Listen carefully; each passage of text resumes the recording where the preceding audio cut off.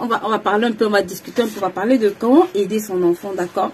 Qu'est-ce que je dois mettre en priorité dans la vie de mon enfant pour être sûr que je suis en train de préparer cet enfant ou d'aider cet enfant à pouvoir véritablement ne pas avoir une vie hasardeuse, à avoir un avenir, en fait. Souvent, on se demande comment, c'est la plus grande crainte des parents. Tous les parents se demandent toujours comment est-ce que je peux préparer, comment est-ce que je dois préparer l'avenir de mon enfant. Et je vous assure que c'est une question ô combien importante. Vous faites bien si vous vous posez cette question. Vous devez vous la poser. Vous devez vous la poser bien avant d'être parent. Vous devez vous la poser encore plus quand vous êtes parent. Ok? Je vois beaucoup de personnes qui sont parents et qui ne se posent jamais la question de savoir quel avenir je veux avoir, je veux que mon enfant ait, quel avenir je dois laisser à mon enfant. Écoute-moi, c'est ta responsabilité. Dieu te rend responsable de bâtir le premier, j'ai envie de dire la première partie. Ça ne commence même pas quand l'enfant naît. Tu vois, ça commence bien avant que l'enfant naît. Et on peut le voir. C'est ce que Rebecca se rend compte que elle est enceinte et il y a un problème. Elle se rend compte que dans son ventre, il y a quelque chose, il y a un dysfonctionnement. Son corps l'indique qu'il y a un dysfonctionnement. Et la Bible dit qu'elle alla chercher Dieu. Elle ne s'est pas assise, elle s'est dit, oh bon, moi je sais pas, j'ai une grossesse difficile. Souvent les mamans ont des grossesses difficiles. Elle s'est dit, moi j'ai juste une grossesse difficile. Non. Elle s'est dit, qu'est-ce qui se passe pour que cette grossesse ne soit pas une grossesse ordinaire? J'ai deux enfants qui se bagarrent continuellement dans mon ventre. La Bible dit qu'elle alla chercher Dieu. Ma soeur, avant que ton enfant n'arrive, l'avenir de Jésus a été prophétisé. L'avenir de Samson a été prophétisé. L'avenir de tellement d'enfants dans la Bible, même de Jean-Baptiste, a été prophétisé. Quand tu lis, il y avait des instructions claires, autant pour les parents que pour les enfants. Souvent, on se dit que non, quand je cherche Dieu, c'est juste pour l'avenir de mon enfant. Il va te donner des indications, même pour ta propre vie, même pour toi-même. Pourquoi? Parce que tu en as besoin. D'accord? Tu as besoin de ces indications-là. Tu en as besoin. Hello, quand vous connectez, laissez-moi, faites-moi hello, un coucou, que je sache ce qui est connecté. N'hésitez pas à partager, d'accord? N'hésitez pas à partager. Donc, tu as besoin de ces informations-là, ma soeur. Ne reste pas, tu t'assois. La Bible dit que Rebecca, il y avait un problème. Elle alla consulter Dieu. Parce qu'il y avait deux nations qui se bagarraient correctement dans son ventre. Et parfois, c'est le cas. Parfois, on a une grossesse difficile. Coucou Muriel, comment vas-tu? Parfois, on a une grossesse difficile et on se dit juste, non, j'ai une grossesse difficile. Non, ma soeur. Parfois, tu dois te poser et aller chercher Dieu. Rebecca, elle avait une grossesse difficile. Mais à un moment donné, elle s'arrête et dit, il faut que j'aille chercher Dieu. Il faut que j'aille dealer avec Dieu. Parce que cette histoire-ci, il faut qu'il me dise, coucou Anne-Marie, comment vas-tu? Elle se dit, cette histoire-ci, je dois vous y voir clair. La Bible dit qu'elle alla chercher Dieu. Et Dieu lui a révélé quelque chose d'extraordinaire. Dieu lui a révélé quelque chose, une clé dont elle avait besoin. Il lui dit, tu as deux nations dans ton ventre. Écoute-moi, quand tu es parent, l'une des choses pour aider ton enfant, c'est de chercher la volonté de Dieu pour lui. Je ne sais pas combien de fois je vais dire aux parents ici, mais c'est ô combien, c'est la meilleure façon. Pourquoi? Parce que le mandat que tu as, c'est de l'éduquer selon les voies du Seigneur. Il dit, éduque l'enfant selon les voies de Dieu. Donc, tu ne peux pas éduquer un enfant selon les voies déjà que, un, toi, parent, tu ne comprends pas. Deux, tu ne peux pas transmettre ce que toi-même, tu ne connais pas.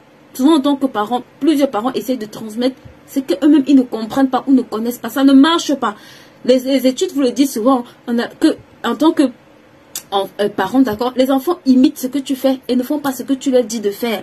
C'est pour dire que la meilleure façon d'avoir un enfant qui fait certaines choses, ce n'est pas de lui dire fais, c'est de faire ce qu'il te voit faire. Parce que ce qui va te... Même quand vous avez un enfant à la maison, il répète les mêmes mots que toi. Si tu es un parent et que tu as l'habitude de dire des mots grossiers, tu vas te rendre compte que dans la bouche de ton enfant dit des grossièretés.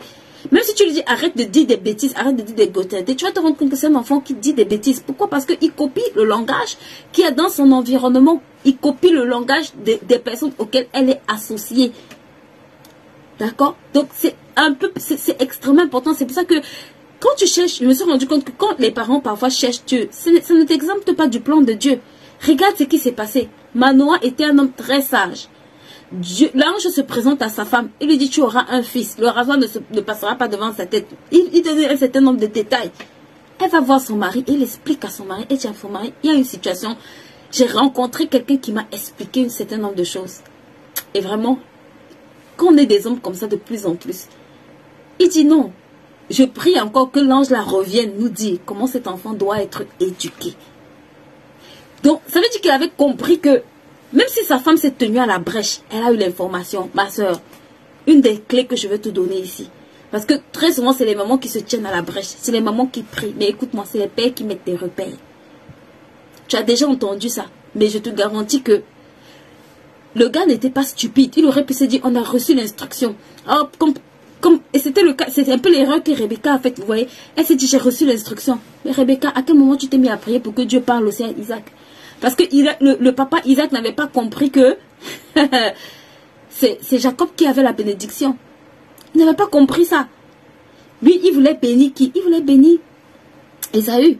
Mais il n'avait pas compris que la bénédiction était pour Jacob. Vous voyez? Donc, à un moment donné, ça montre qu'il y a un maillon qui n'avait pas compris. Et ça a créé d'autres problèmes. Ça a créé d'autres dégâts, d'autres dysfonctionnements. Parce qu'il y a une personne qui n'avait pas compris quelque chose. Donc, quand tu es maman, la première des clés, s'il te plaît, quand tu pries là, prie que Dieu révèle aussi au papa. Parce que quand elle allait voir, elle lui a dit, voici ce que j'ai reçu. Il n'a pas dit, oh vraiment, loué soit Dieu, l'ange t'est apparu. Non, non.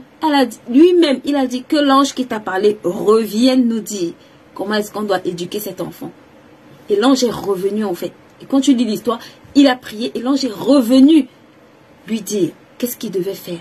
Donc c'est important que tu ne mènes pas cette bataille-là seule. Très souvent, en tant que maman, on s'assoit, on prie, après on se dit non, c'est tout, c'est bon, c'est gagné. Non, prie aussi que le papa de l'enfant là, que Dieu l'introduise dans la même révélation que tu as.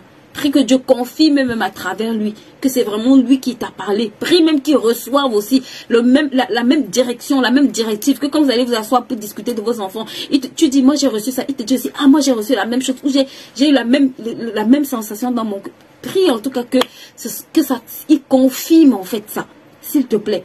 Que ce ne soit pas toi seul, parce que comme tu es seul là, ça va mener la guerre où tu seras la seule à savoir ce qui se passe dans la maison et tu auras un Isaac qui ne comprend pas que c'est Jacob qui doit hériter et qui va vouloir bénir Ésaü. Donc ça c'est vraiment une des clés que tu dois apprendre à pratiquer, d'accord? C'est vraiment la base. Mais ce que je vais surtout m'attarder aujourd'hui, c'est une chose que beaucoup de parents, coucou Rosette, comment vas-tu? C'est une chose que beaucoup de parents négligent, beaucoup de parents méprisent. Écoute-moi. Une des choses extrêmement importantes, si tu veux aider un enfant à préparer son avenir, les choses matérielles, ce sont les dernières choses. Apprenez à vos enfants que les biens matériels, c'est les dernières choses. Si tu es parent sur cette chaîne, la meilleure façon d'aider ton enfant à préparer son avenir, je t'en supplie, c'est de lui transmettre des connaissances. C'est de lui transmettre un bon système de pensée. C'est de lui transmettre le bon mindset.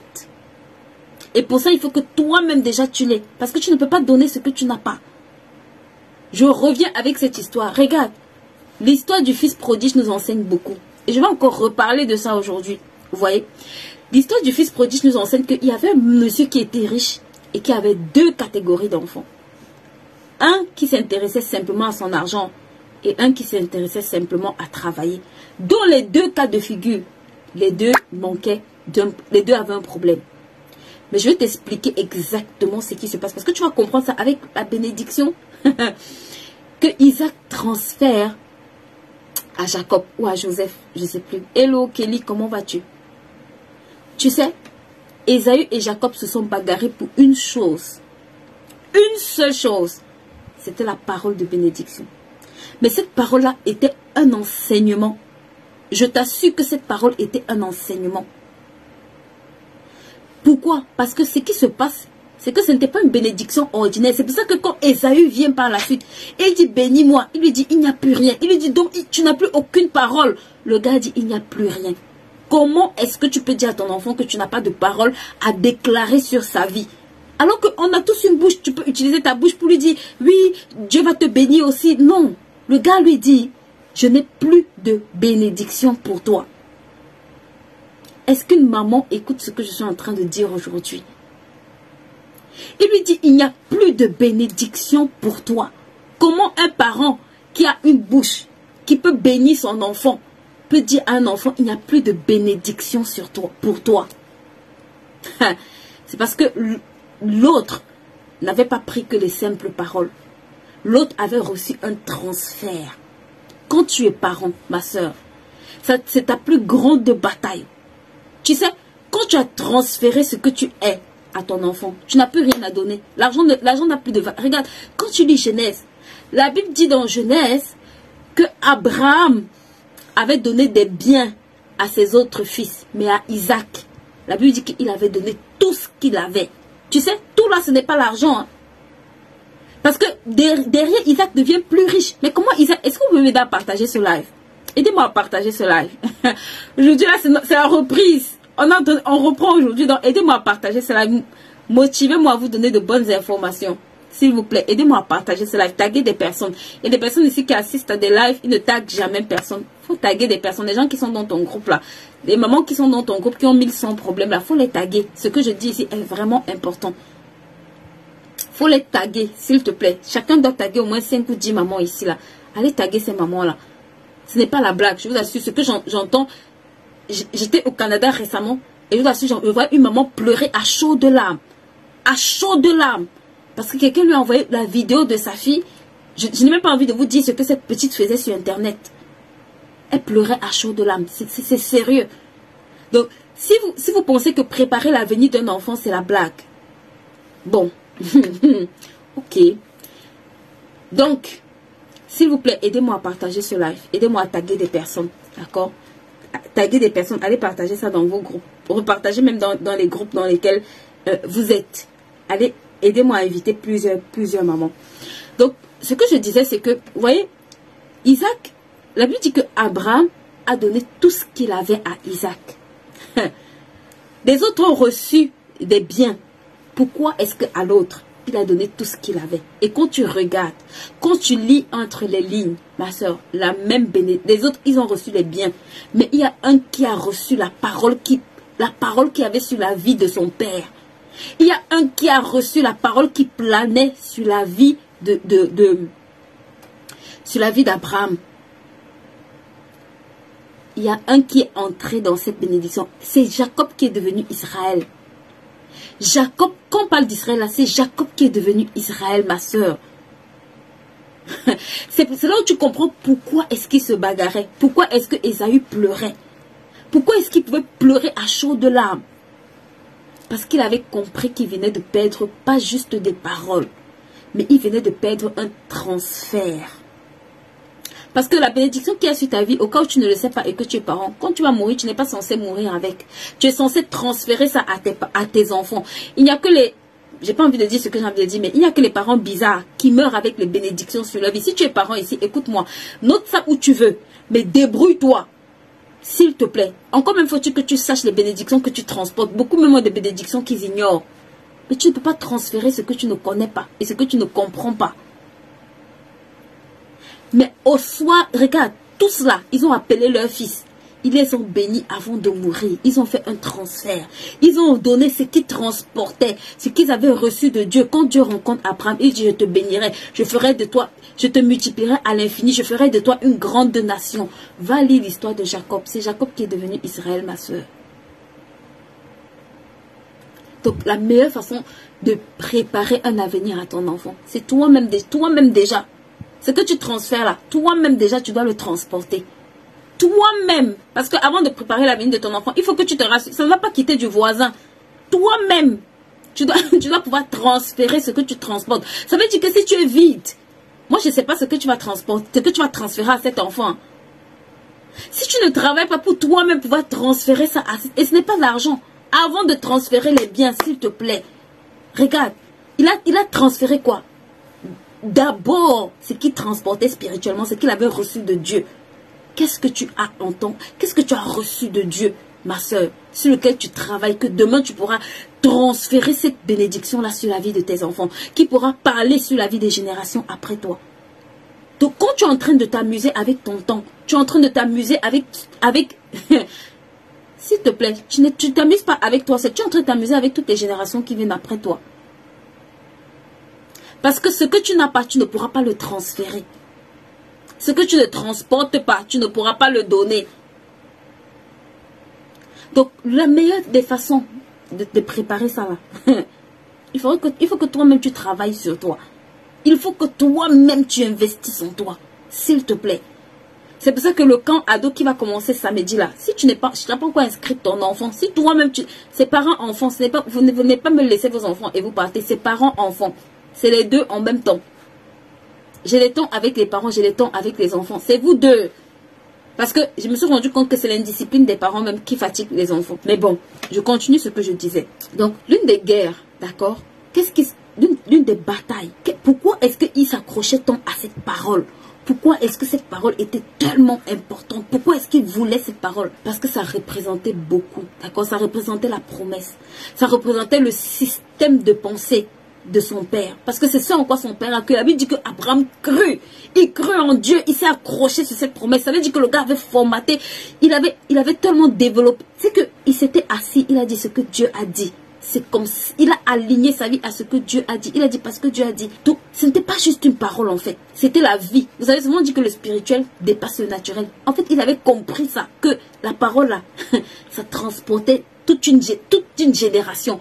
Et Esaü ne pleurait pas pour rien. Écoute-moi. Il savait que la parole que son père a relâchée là, ça transportait ça transportait des générations après lui. Il s'est assis, il a commencé à pleurer parce qu'il venait de passer à côté de quelque chose, à côté d'une clé qui allait propulser sa destinée. Une clé générationnelle venait de lui échapper entre les mains. Une puissante clé, ma soeur, venait de lui passer entre les mains. Pour ne même pas dire toute une vie. Il a vu sa vie défiler. C'est pour ça que, en tant que parent, j'aime beaucoup le dire et je le dis encore, si vous êtes nouveau sur cette chaîne, si vous ne savez pas, je vous en supplie, si quand vous bénissez vos enfants, vous voyez que c'est un enfant qui ne sait pas recevoir, apprenez à vos enfants à valoriser les paroles que vous relâchez sur vos vies, à valoriser même la position qu'ils ont. En tant qu'aîné, Esaü était aîné. Esaü a vendu son droit de naissance avant que l'autre ne puisse le supplanter. Le gars avait déjà vendu son droit de naissance.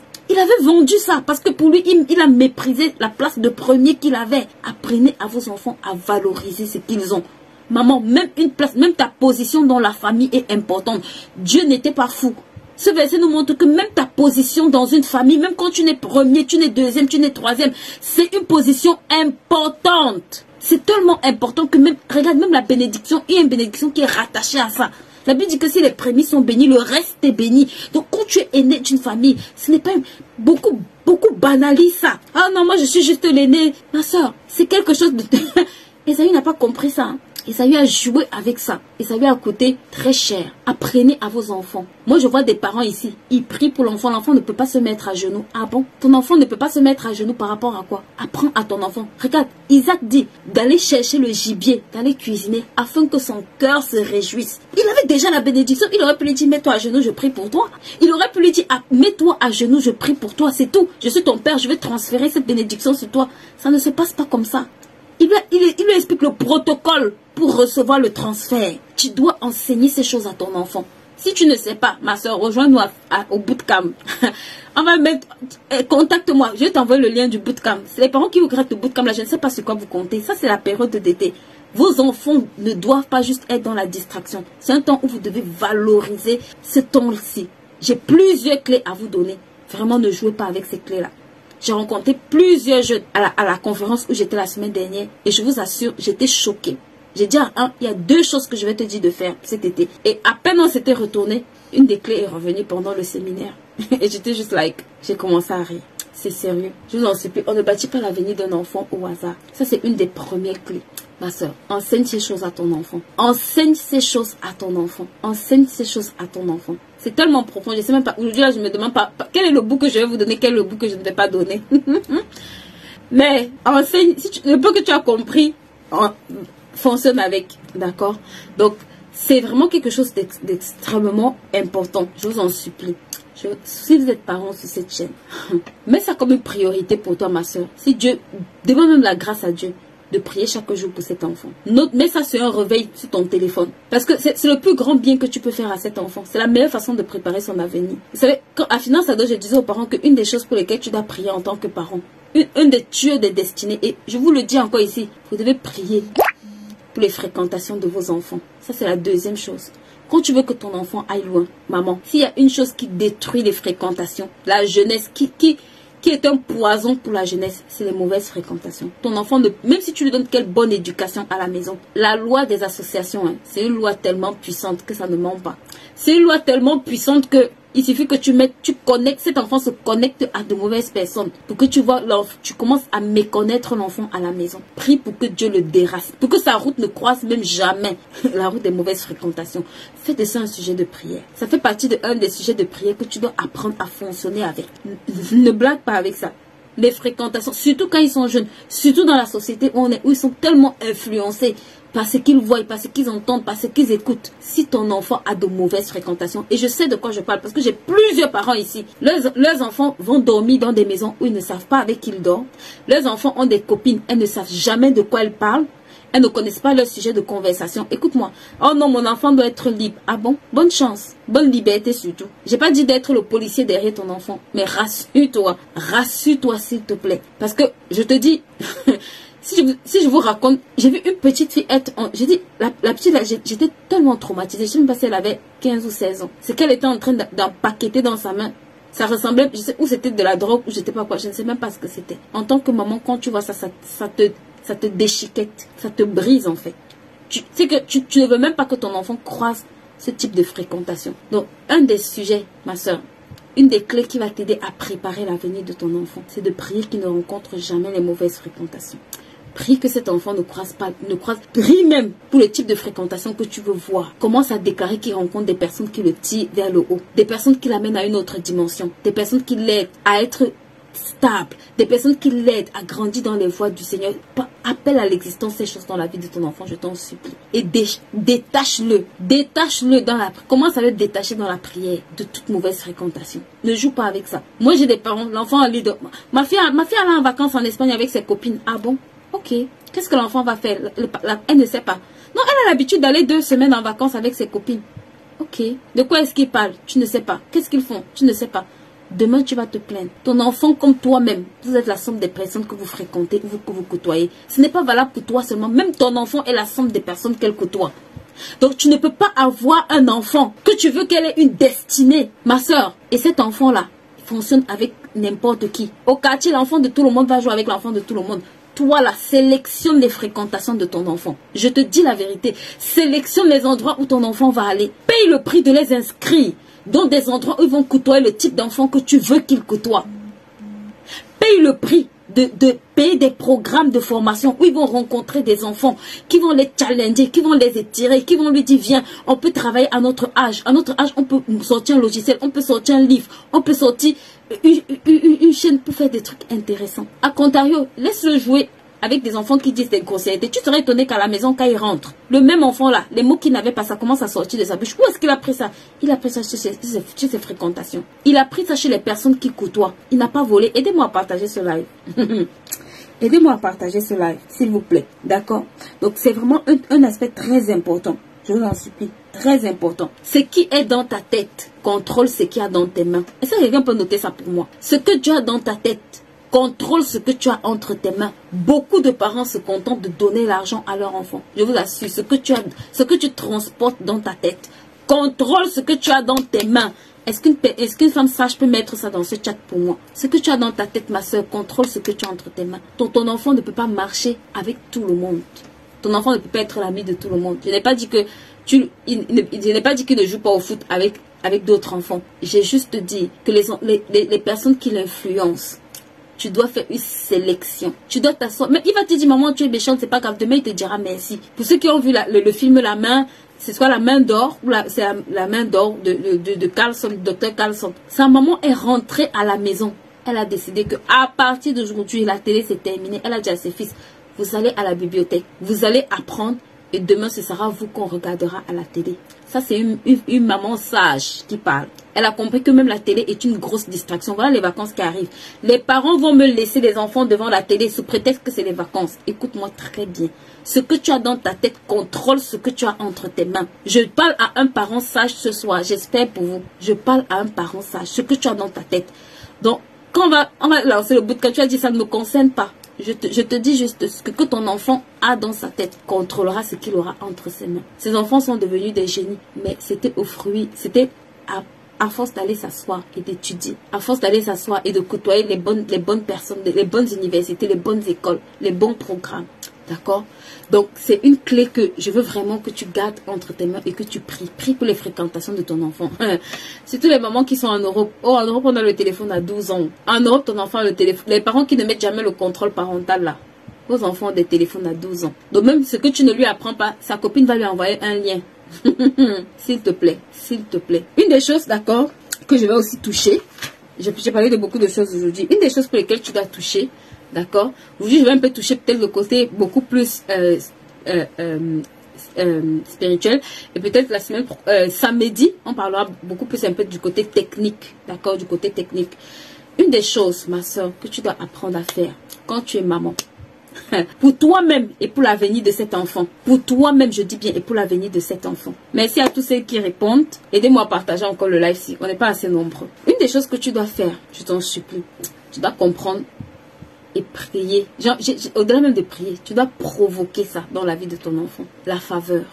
Moi, ça, c'est quelque chose qui m'émerveille toujours, en fait. Je suis toujours émerveillée quand je lis la Bible. Allez lire l'histoire. Quand vous lisez l'histoire de Joseph, la Bible dit que la faveur de Dieu était avec Joseph. Esther. Esther était orpheline. Esther était pauvre. Ce n'est pas un problème. Quand tu as la faveur, ma soeur, la pauvreté n'est pas un problème. Quand tu as la faveur, les portes s'ouvrent. Prie que cet enfant-là, prie que la faveur de Dieu, je t'en supplie, prie que la faveur de Dieu repose sur sa vie. La faveur ouvre les portes, pas parce que tu mérites, pas parce que tu es compétent. Quand Esther arrivait, elle pouvait trouver grâce auprès de Hégaï. Elle pouvait trouver grâce, elle a trouvé grâce même chez le roi. Esther a trouvé grâce. Là où les portes se fermaient pour d'autres, pour Esther, les portes étaient ouvertes. Là où c'était compliqué pour d'autres, pour Joseph, il y avait les opportunités. Même dans le désert, là, le gars a quand même trouvé quelqu'un qui allait l'amener à la primature. Prie pour la faveur. Je t'en supplie. Si tu comprends en profondeur, prie pour que tes enfants soient favorisés. Souvent, je suis favorisé. C'est bien, mais il faut expérimenter ça. Il faut expérimenter cette grâce de la faveur. C'est possible. C'est possible que ton enfant arrive à certains endroits. Ma soeur, et les gens se lèvent pour faire du bien à cet enfant sans raison valable. Mais je vais te dire comment ça s'active, d'accord? Va lire mon livre. Mon dernier livre est sorti, Les temps et les saisons pour prospérer. Allez lire ce livre. Dedans, je parle de beaucoup de choses. Beaucoup de choses que vous devez connaître. On aura le temps de faire un live spécial sur ça. D'ailleurs, pour ceux qui ne savent pas encore, ce livre, vraiment, c'est un vrai délice. Même moi, quand j'ai commencé à le rédiger, je me suis dit... Le vrai bien de m'asseoir moi-même et de bien le relire parce qu'il y a des choses dedans où je me dis que waouh, moi j'ai pas encore, je dois encore bien creuser pour comprendre la profondeur. Le peu que j'ai compris, d'accord, je l'ai mis par écrit pour que vous puissiez comprendre ces choses-là. Prie que Dieu le favorise sur la terre sur laquelle il est. Tu sais, la terre sur laquelle tu es peut t'accepter ou te rejeter. Prie pour qu'il trouve grâce. Pharaon, Joseph était en Égypte, c'était pas sa terre natale, mais parce qu'il avait la faveur de Dieu sur lui. Les portes s'ouvraient sur cette terre-là pour lui. Là où d'autres moisissaient en prison, la faveur de Dieu. Ma soeur, prie pour la faveur. Prie pour la faveur pour cet enfant. Prie pour la faveur sur la terre où il est. Prie pour la faveur dans ses études. Prie pour la faveur dans sa vie même maritale. Prie pour la faveur. Prie pour la faveur. Hello Leslie. Prie pour la faveur, je t'en supplie. Vous savez, il y a des points de prière.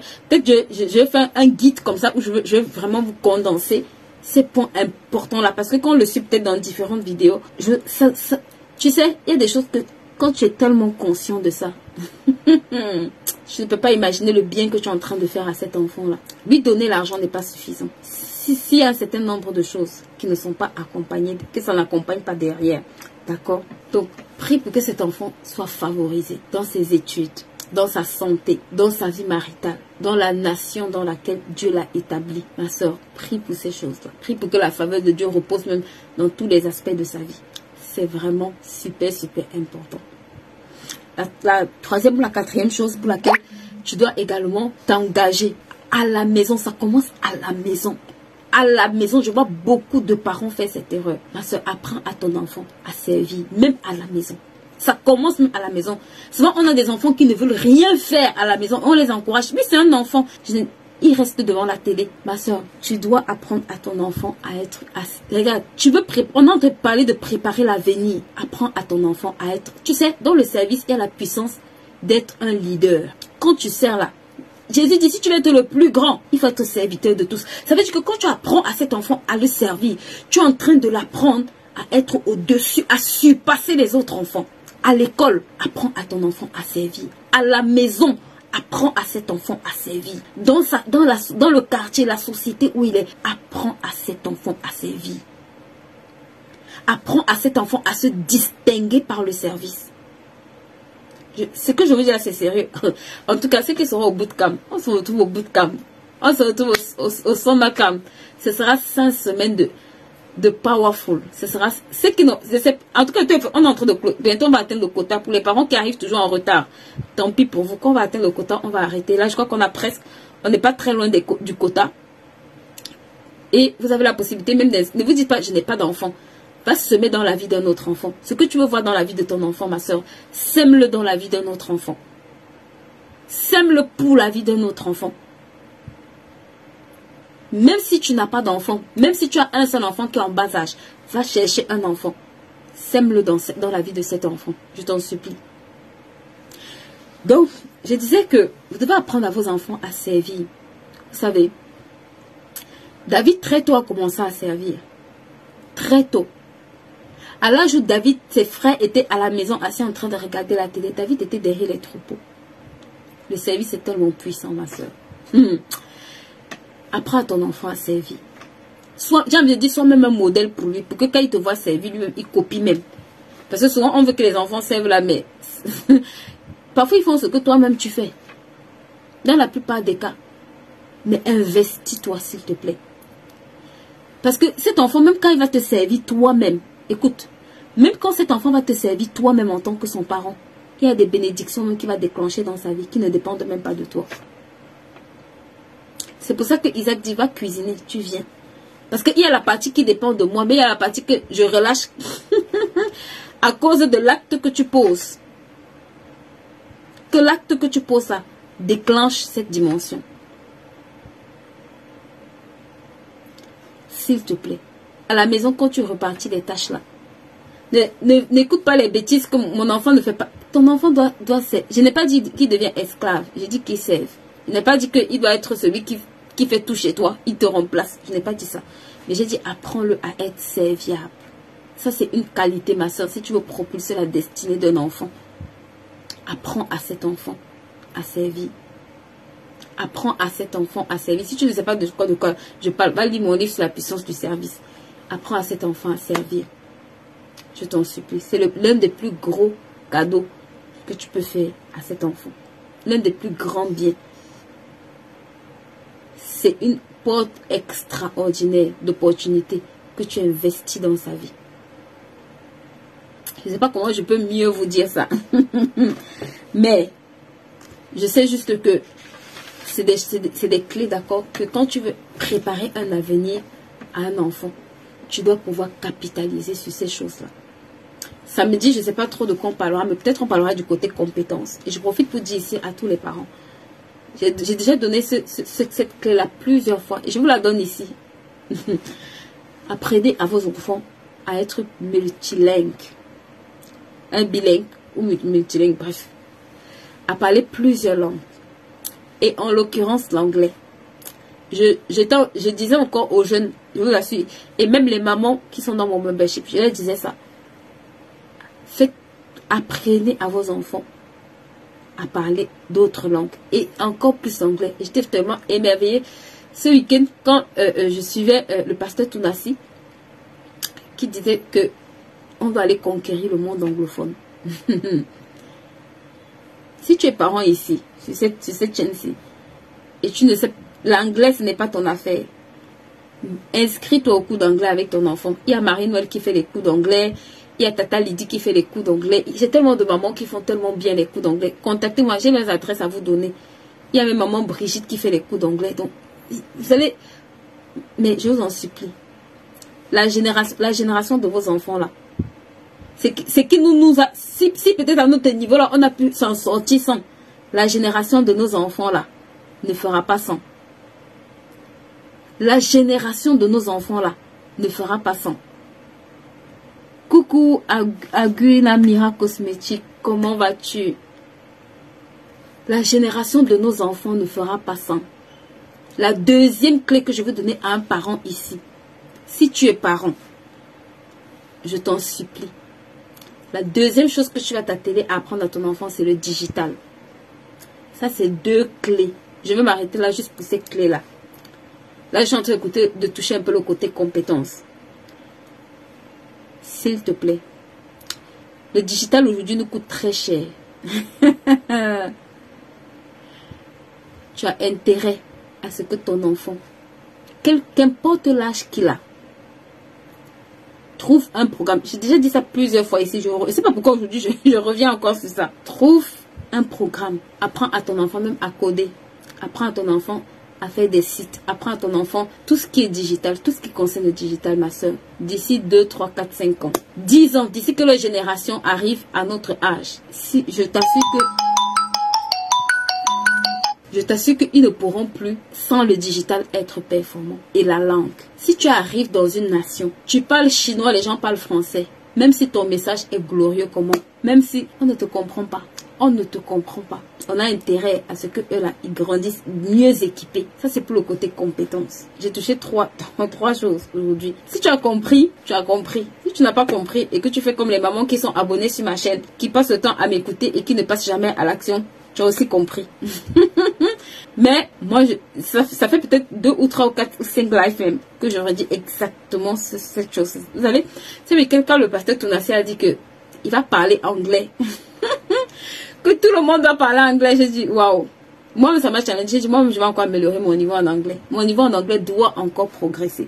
Parce que nous, là, peut-être à notre génération, ça nous a loupé. Hein.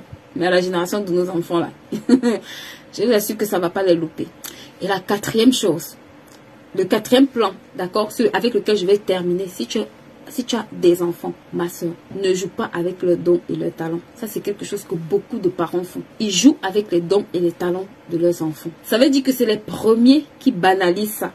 L'enfant sait faire quelque chose. Mais c'est le parent qui dit, ah, ton sport là, ça sert à quoi? Est-ce qu'on mange ça dans cette maison? Tu me fatigues, je n'ai pas le temps, je suis fatiguée. Si tu es parent et que tu as ce genre de langage, arrête ça très vite, s'il te plaît. Parce que, guess what? Même si cet enfant a des diplômes, même s'il a des compétences, même s'il a quoi? La mine d'or que Dieu te donne, c'est des dons et des talents.